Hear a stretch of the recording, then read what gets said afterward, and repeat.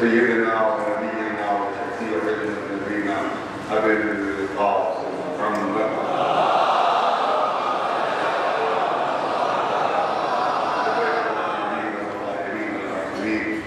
أما بعد فقد قال الله سبحانه وتبارك وتعالى في كتابه المبين وهو أفضل القائلين والذي بعث في الأميين رسولا منهم يتلو عليهم آياته ويزكيهم ويعلمهم الكتاب والحكمة وكانوا من قبل في ضلال مبين سواء.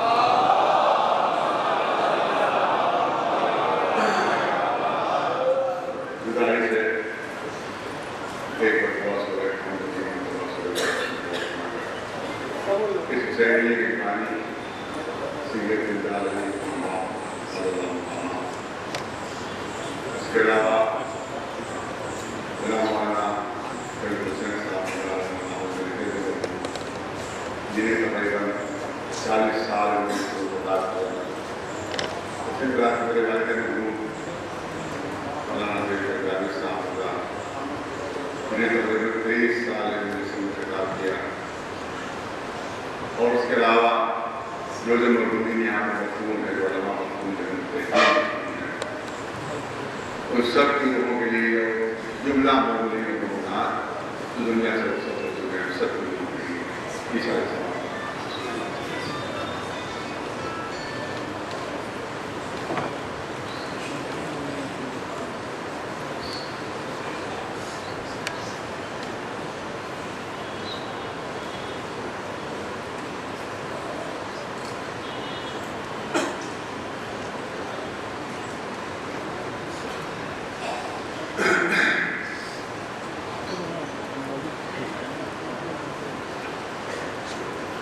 حالات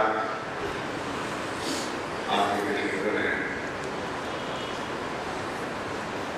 میں گزارش کرنا چاہتا ہوں اور وہ گزارش یہ ہے کہ جو چینلز اور میوزوں کو براڈ کاسٹ کرنے والے میوزوں کو دکھانے والے چینل حکومتوں کے ڈرتے ہیں وہ ان میوزوں کو دکھا رہے ہیں. اس سے گزارش یہی ہے کہ تم کو پتہ رہتا ہے کہ ہمارا چینل بند نہیں نہ ہو جائے. ہم نے حکومت کے خلاف نشر کر دیا کہ ہمارا چینل بند نہ ہو جائے, ہمیں یہ کی طرف سے امداد نہ بند نہ ہو جائے, کہیں ہمارے خلاف ذمہ دار نہ ہو جائے. لہٰذا نظام کی گزارش ہے کہ وہ ان مجلسوں کو ریکارڈ دور نہ کریں کیونکہ ان کے لیے خطرہ ہے. کیونکہ کئی چینل ایسے کہ جو جمعے کی نماز جمعے خطبہ ریکارڈ کرتے تھے نا وہ ریکارڈ نہیں کرتے تھے. وہ کسی دیہات میں آپ جا کر جمعے خطبہ جا کے ریکارڈ کر لیتے ہیں تاکہ یہ بھی ہو جائے کہ جمعے کا خطبہ ہم نے پیش بھی کر دیا اور حکومت کے خلاف بھی کوئی بات نہ ہے. تو لہٰذا حکومت کے چمچے ہیں ان کی آنکھوں میں بھی جائز نہیں. پہلے ہی اپنی معذرت کرتا جو حکومت کے چمچے ہیں ان کی کوئی گنجائش نہیں ہے کیونکہ میری ساری پیسے حکومت کے خلاف ہوگی. پہلے ہی بتا دوں چاہے یہ نہ ہو کہ صاحب آپ کی وجہ سے میرا چینل بند ہو گیا.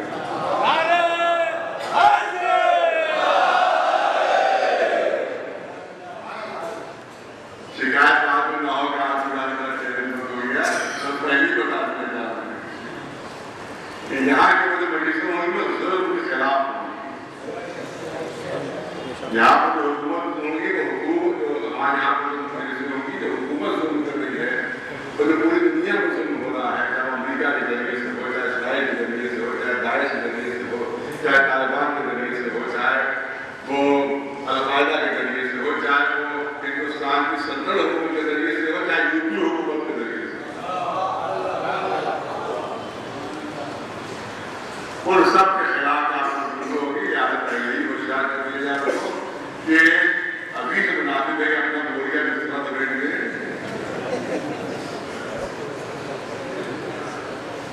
کوئی نام تشریف لے جا سکتے ہیں کوئی اعتراض نہیں ہوتا ہے. ان کی اپنی روزی روٹی ہے, ہم بھی جانے کے لیے روزی روٹی بند ہے. جن سارے مولوی کی روزی روٹی حکومت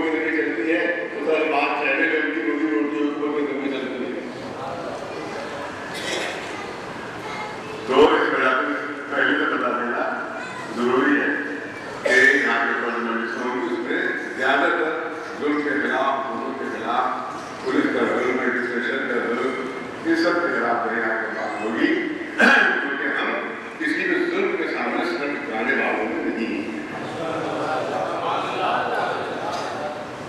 ہم کربلا کے ماننے والے ہیں، ہم امام حسین کے ماننے والے ہیں، ہم اہل بیت کے ماننے والے ہیں، ہم کربلا کے شہیدوں کے ماننے والے ہیں، ہم کسی ظلم کے خلاف سر جھکانے والے نہیں ہیں۔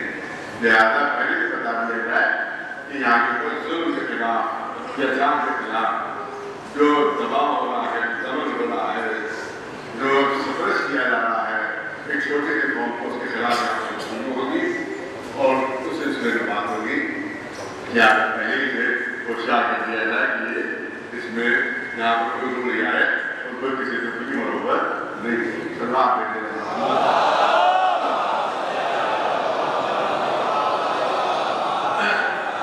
ہم دیکھا ہوگا کہ ہماری پراپرٹی ہے وہاں کی، مسلمان کی پراپرٹی ہے، اور اس کے اوپر ہم اپنے کالے پہلے سے نہیں آ سکتے، بہت اپنے سسٹم میں ماں کے کالے پہلے اپنے نہیں لا سکتے، ماں کے اوپر اپنے اشتہار نہیں لا سکتے، کیونکہ میں نے کل جو میں نے ماں کا دورہ کیا تھا تو میرے ساتھ بہت سے نوجوان ہو گئے تھے، میں نے سب جھنڈے لگا دیے مطلب بعد میں پتہ چلا کہ بہت سے جھنڈے جو ہٹا دیے گئے ہیں، ہٹا دیے ہیں۔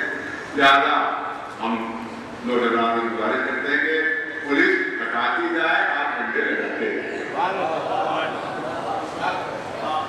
دبنے والی قوم جو ہے اس کو زندہ رہنے کا حق نہیں، ظلم سہنے والی قوم کو زندہ رہنے کا حق نہیں ہوتا۔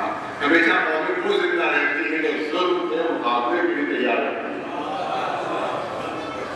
جو ظالم کے مقابلے کے لیے تیار رہتی ہے، اس قومیں وہی زندہ رہتی ہے، اور جو ظلم کے سامنے دب جاتی ہے ان کو کچل دیا جاتا ہے، ان کو ختم کر دیا جاتا ہے، ان کو مٹا دیا جاتا ہے، ان کو فنا کر دیا جاتا ہے۔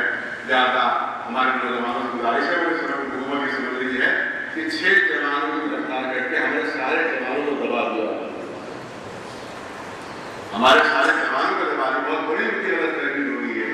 کیا ہم نے اعلان کیا ہے کہ ہر امام مالک کے ہر مجلس کے بعد مظاہرہ ہوگا، امام مالک کے ہر مجلس کے بعد مجلس، اور کوئی شکایت کرے کہ ہماری مجلس خراب ہے، ہماری مجلس خراب ہے، تو بھائی مجلس تو پہلے سے خراب ہے۔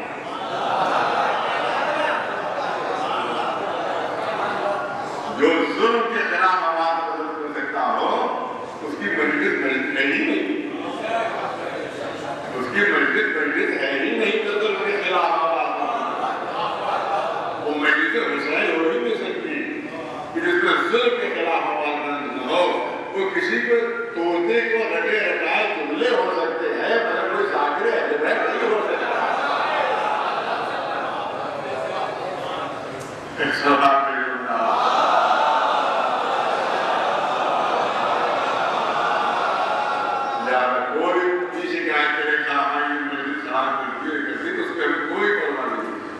جب تم ہماری قوم کا ساتھ نہیں دے رہے ہو مصیبت کے وقت میں، کسی کو توفیق نہیں دی کہ کسی زخمی کو دیکھنے آ جائے، کسی کو توفیق نہیں دی کہ کسی قیدی کو دیکھنے آ جائے، کسی کو توفیق نہیں دی کہ کسی مزدور کی مدد کرے، اس کے بعد ممبر میں بیٹھے تو مزدور کا تذکرہ کرے۔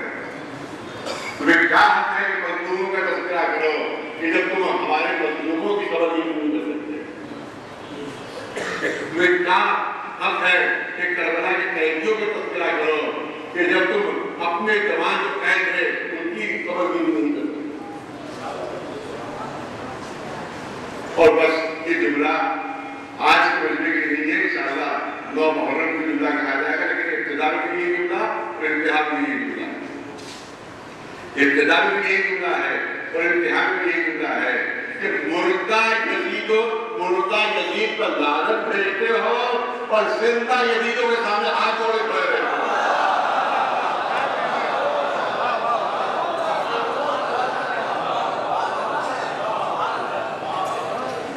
مردہ یزید پر لعنت بھیجتے ہو کیونکہ ہم کو نقصان ہی پہنچاتے تھے، وہ مردہ یزید کو کوئی نقصان نہیں پہنچا سکتا، لہذا آپ اس پر لعنت بھیج رہے ہو کیونکہ تو جہنم رسید نہیں ہوگا، اس کی تو مٹی بھی موجود نہیں، اس کی تو خاک بھی موجود نہیں، اس کی تو قبر بھی موجود نہیں، لہٰذا اطمینان سے دعوت بھیجنے سے کوئی خطرہ نہیں ہے ہمیں، لیکن زندہ جدیدوں کے سامنے تم ہاتھ جوڑے کھڑے رہتے ہو کیونکہ فائدہ ہی جدیدوں سے ہے تمہیں، نقصان کا خطرہ ہی جدیدوں سے ہے تمہیں، لہٰذا ان کے سامنے ہاتھ جوڑے کھڑے رہتے ہو۔ یہ ذاکر حسین نہیں ہو سکتے، کہ کوئی اور ان کو لقب دیجیے، کوئی اور خطاب دیجیے، یہ ذاکر حسین نہیں ہو سکتے، کیونکہ ذاکر کے کیا معنی ہے یہ بھی سن لیجیے۔ ذاکر کے کیا معنی ہے؟ یہ جو لٹرل میننگ ہو سکے، ذاکر کے معنی تقریر کرنے والے کے نہیں ہے، ذاکر کے معنی میٹرک پڑھنے والے کے نہیں ہے۔ پوری توجہ بہت کرنا چاہتا ہوں، ذاکر کے معنی میٹرک پڑھنے والے کے نہیں ہے، ذاکر کے معنی خطابت کرنے والے کے نہیں ہے، ذاکر کے معنی تقریر لمبی چوڑی کرنے والے کے نہیں ہے۔ ذاکر کے کیا معنی؟ ذاکر کے معنی یاد دلانے والا، یاد دلانے والا، اور زبان کے ذریعے سے یاد نہیں دلایا بلکہ اپنے کردار کے ذریعے سے یاد دلایا، اپنے عمل کے ذریعے سے یاد دلایا۔ جب تو ہو ذاکر حسین، لیکن ذکر زبان پر امام حسین کا ہو اور کردار یزید کا ہو تو وہ ذاکر حسین نہیں کہنا سکتا۔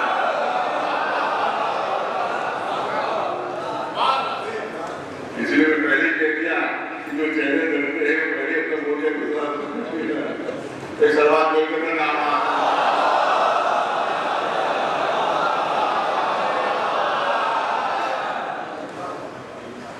تو یہ صورتحال ہے، آپ کی نظر ہے۔ تو یہاں ایک اور اعلان کی ضروری، ایک اعلان سالانہ اعلان کرتا رہتا ہوں، وہ بھی آپ کے سامنے اعلان کر دیا ہمارے اوپر سے آدمی رہ جائے گا۔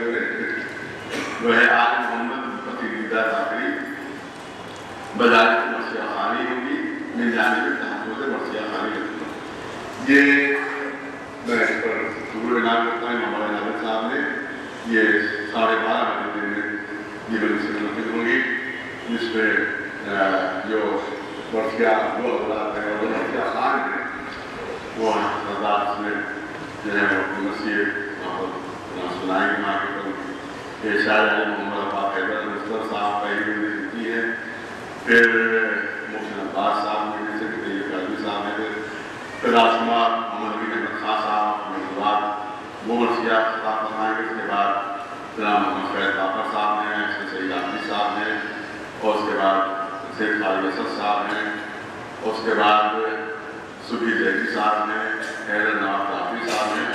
یہ سب جو ہے یہ فن ایسا ہے جو لکھنؤ اس کا مرکز رہا ہے۔ لکھنؤ ہمیشہ مرثیہ کا مرکز رہا اور یہی سے مرثیہ جو ہے دنیا میں پھیلا ہوا۔ لیکن آج صورتحال یہ ہے کہ مرثیے کے سمجھنے والے موجود ہیں، مرثیے کے سمجھنے والے موجود ہیں، یہ شرکت کرنے والے انتہا کرنا، ورنہ پہلے سے مرثیہ خوانی ہی کی ہوا کرتی تھی۔ تقریریں تو بہت بعد میں شروع ہوئی، تقریریں تو جناب مولانا علامہ سید احسن صاحب ان کے زمانے میں تقریریں شروع ہوئی، ورنہ پہلے میڈیسن مرثیہ خوانی ہی کی ہوا کرتی تھی۔ اور مرثیہ خان انداز میں ہے، بڑی میڈیسن بڑی بڑی عظیم میڈیسن ہوتی تھی، وہ مرثیہ خوانی کی ہوا کرتی تھی۔ تقریر کا سلسلہ جو شروع ہوا ہے اور واقعی کتاب سے شروع ہوئی ہے، وہ خطیب اعظم جناب مولانا سید حسن صاحب مقامہ ان کے ذریعے سے، اور اسی زمانے میں محمد رضا صاحب تھے بہت بڑے عالم، ان کے ذریعے سے کتابیں شروع ہوئی، اور اس کے بعد کتابوں کا سلسلہ آگے بڑھتا چلا گیا۔ تو اب مرثیہ ختم ہو گیا، کیونکہ کتابت ہی کتابت باقی رہی، جبکہ بارگاہ امامت میں اور بارگاہ بیت میں کتابت نہیں ہوتی تھی بلکہ نظم کے ذریعے سے ان کی مذاہب ہوتی تھی، اور نظمی کے ذریعے سے وہاں کے مسائل بیان کیے جاتے تھے۔ لہٰذا آپ حضرات کی ضروری ہے کہ صرف کو زندہ رکھنے کے لیے اور جو مرثیہ خواہ اور مرثیہ وہ حضرات ہیں ان کی مددگاری کے لیے آپ حضرات زیادہ تعداد میں سلوات میں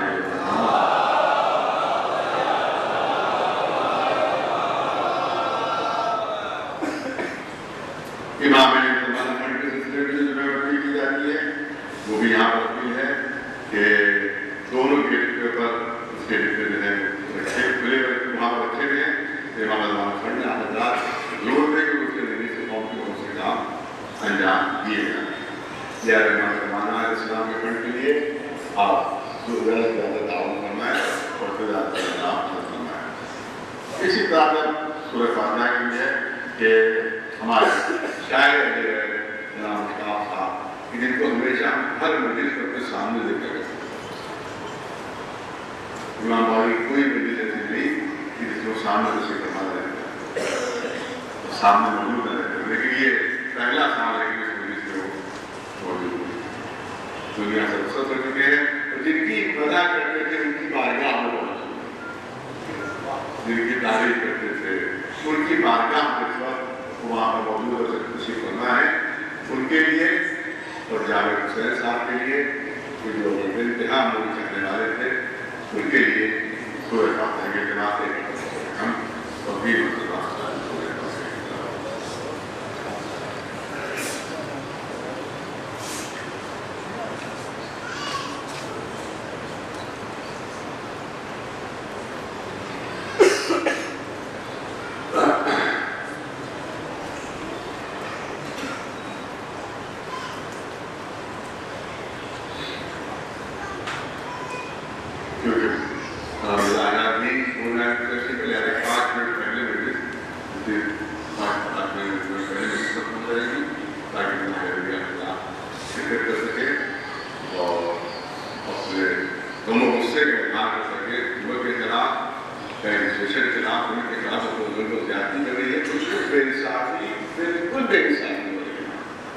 آپ دیکھیں پورے لکھنؤ میں ہر مذہب والوں کے بیٹھے ہوئے گول دروازے میں ہمیں رات نہیں بننی ہے لیکن حقیقت وہ ہونا چاہیے کہ گول دروازے میں ہر مذہب کا بڑا لگا ہر مذہب کا جھنڈا ہر مذہب کا ریٹ لگا لیکن اسے شیعوں کے جاتے ہیں تو آپ بھی جو برداشت کر سکتے ہیں تو درد کیجیے اور یہاں انصافی برداشت کر سکتے ہیں انصافی برداشت کیجیے. اگر آپ مولوی ہوئی کتاب میں لگے رہتے ہیں پھر خالی مکمروں کو چکتے رہتے ہیں اور قوم کو کوئی سے لینا لینا نہیں ہے تو ٹھیک ہے اکیلا باہر اکیلا کسی کر دیتا جب تک قوم ساتھ نہ دے.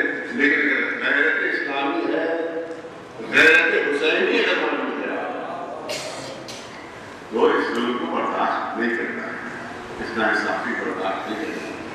لہذا مجلس کے بعد مظاہرے ڈاکٹر کی شرکت فرمانا ہے. چند دن آئے کہ ہمارے غریبہ کو میں نے قرار دیا ہے اس سلسلے بہت مشہور معروف آئے غریبہ ہے بہت مشہور معروف آئے غریبہ ہے جو سورہ جمعہ میں مسلسل آپ تلاوت کرواتے رہتے ہیں. تقریباً 20-22 سال کے رہنے آئے کہ آئے کو ہونا گیا قرار دیا ہے. تو مجھے یاد نہیں کہ آپ پڑھاتا تاریخ پڑھا کرتے ہیں اس کو 20-22 سال پہلے کی بات ہے مجھے کچھ ریٹ میں دیکھ میں کیا پڑھاتا تاریخ پڑھا تھا. لیکن وہاں اعلان ہو رہا ہے هو الذي بعث في الأميين رسولا منهم. اللہ وہ اللہ ہے جس نے امیین میں مکے کے امیین میں انہی کے جیسا انہی میں سے اس رسول کے صفات بیان ہو رہے ہیں کمالات بیان ہو رہے ہیں. یہ رسول بہدل کے سامنے آیا کہ اللہ کی تلاوت کرتا ہے. یہ رسول بہدل کے نفس کو پاک کرتا ہے. یہ رسول بہدل کو کتاب اور حکمت کی تعلیم دیتا ہے. حالانکہ اسے قبل کھلی ہی گمراہی میں پڑے. آیا کریمہ میں بے سطح حضور صدر کائنات محمد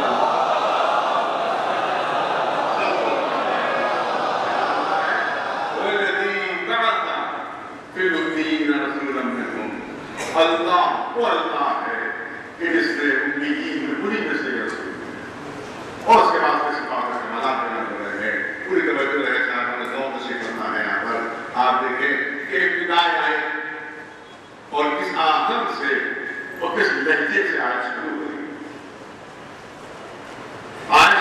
ہے. اللہ وہ اللہ ہے. اللہ وہ اللہ ہے. تو ذہن اس بات کو متوجہ ہوتا ہے. فوراً آیت کی ابتدا سے ہی ذہن اس بات کی طرف متوجہ ہو جاتا ہے کہ اللہ کا تعارف پیش ہوتا ہے. اللہ اپنے کو پہچانوا رہا ہے. اللہ کا تعارف اللہ وہ اللہ کیا مطلب اس کا مطلب تعارف پیش ہو رہا ہے اپنے کو پہچانوایا جا رہا ہے. تو مجھے اتنا بتا دیجیے کہ جب کوئی شخصیت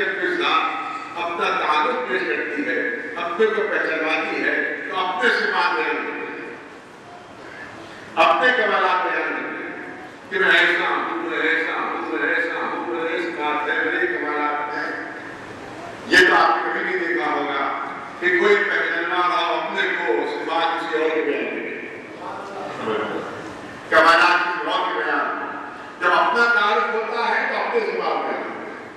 جب اپنے کو پہچانایا جاتا ہے تو اپنے کمالات بیان کرتے ہیں. یہ نہیں ہوتا کہ تعارف اپنا ہو رہا ہو صفات کسی اور کے بیان ہوتا ہے. پہچانایا اپنے کو ڈالا کمالات کسی اور کے بیان ہوتا ہے. پھر یہاں پر قدرت نے عجیب انداز کیا فرمایا, عجیب انداز کیا فرمایا ہے کہ یہاں پر پہچانواری قدرت اپنے کو تعارف اپنا پیش ہو رہا. اللہ وہ اللہ ہے, اپنا تعارف ہو رہا ہے, اپنے کو پہچانوایا جانا ہے. مگر آیت میں آگے اپنے صفات نہیں بیان ہو رہے, اپنے کمالات نہیں بیان ہو رہے ہیں, بلکہ رسول کے صفات بیان ہو رہے ہیں, رسول کے کمالات بیان ہو رہے ہیں. یہ رسول ایسا ہے, یہ رسول ایسا ہے, یہ رسول ایسا ہے, یہ رسول ایسا ہے.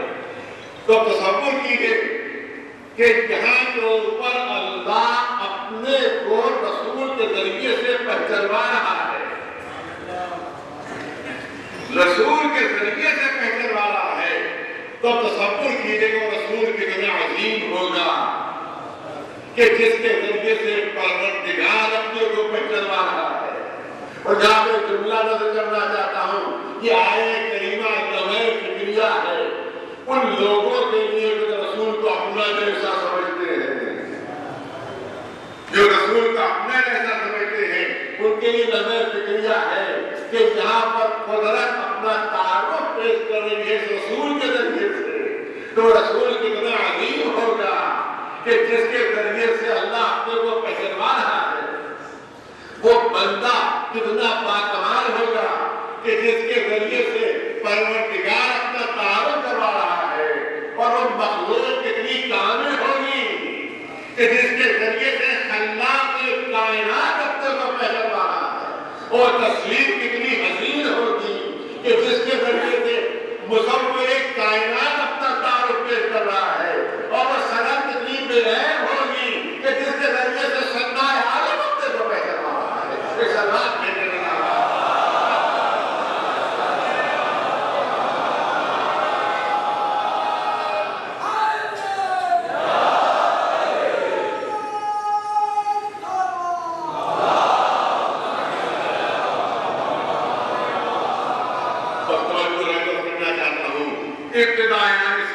رہا ہے.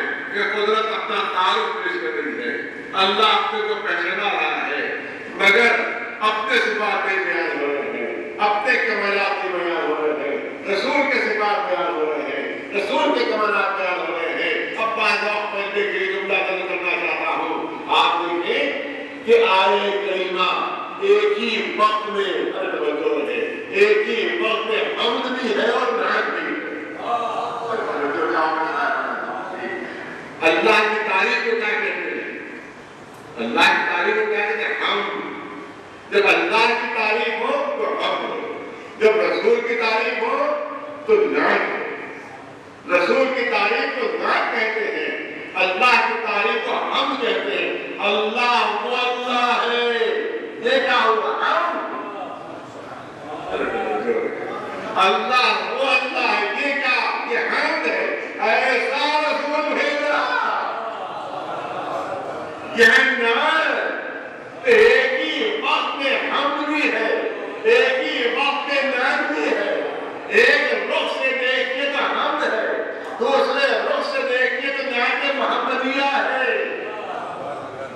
ایک رخ سے دیکھیے تو حمد باری تعالیٰ, دوسرے رخ سے دیکھیں تو نعت محمدیہ ہے. اس صاحبہ ذوق کو جملہ کرنا چاہتا ہوں. آپ دیکھیں کہ دنیا کے آئینے چمکدار ہوتے ہیں, روشن ہوتے ہیں, مگر ان میں ایک عیب ہے. توجہ رہے, دنیا کے آئینوں میں ایک عیب ہے, دنیا کے آئینوں میں ایک نقص ہے کہ صرف ایک رخ روشن ہوتا ہے, دوسرا رخ تاریک ہوتا ہے. دنیا کے آئینوں میں یہ عیب ہے کہ صرف ایک رخ روشن ہوتا ہے, دوسرا رخ تاریک ہوتا ہے. لیکن یہ آیت کریمہ ایسا آئینہ ہے کہ دونوں رخ چمک رہے ہیں، دونوں رخ چمک رہے ہیں، ایک رخ سے حمد ہے، دوسرے رخ سے نعت ہے، حمد بھی ہے، نعت بھی ہے، توجہ ہے۔ آئے کریمہ بہترین مثال کہ دو تذکرے اس طرح سے مل گئے ہیں کہ جدا نہیں ہو سکتے، دو تعریفیں اس طرح سے متحد ہو گئی کہ الگ نہیں ہو سکتی۔ ایک ہی وقت میں اللہ کا ذکر بھی ہے، ایک ہی وقت میں رسول کا ذکر بھی ہے، ایک ہی وقت میں حمد بھی ہے، ایک ہی وقت میں نعت بھی ہے۔ اگر اللہ کا ذکر ہے تو ساتھ ہی ساتھ رسول کا ذکر ہے، اور اگر رسول کا ذکر ہے تو ساتھ ہی ساتھ اللہ کا ذکر بھی ہے۔ اگر رسول کی تعریف شروع ہوئی تو ساتھ ہی ساتھ اللہ کی تعریف بھی شروع ہو گئی، اور اگر اللہ کی تعریف شروع ہوئی تو ساتھ ہی ساتھ رسول کی تعریف بھی شروع ہو گئی۔ تو ہمیں قرآن میں ایک مثال ملی کہ دو ذکر اس طرح سے مل جاتے ہیں کہ الگ نہیں ہو پاتے، دو تعریفیں اس طرح سے متحد ہو جاتی ہیں کہ جدا نہیں ہو سکتی۔ ایک ہی وقت میں دو تعریفیں، ایک ہی وقت میں دو تذکرے۔ تو جب قرآن میں مثال مل گئی تو تعجب نہ کرنا اگر رسول صدر دے دے کہ علی کا ذکر میرا ذکر ہے، میرا ذکر خدا کا ذکر ہے، خدا کا ذکر عبادت ہے۔ صلوات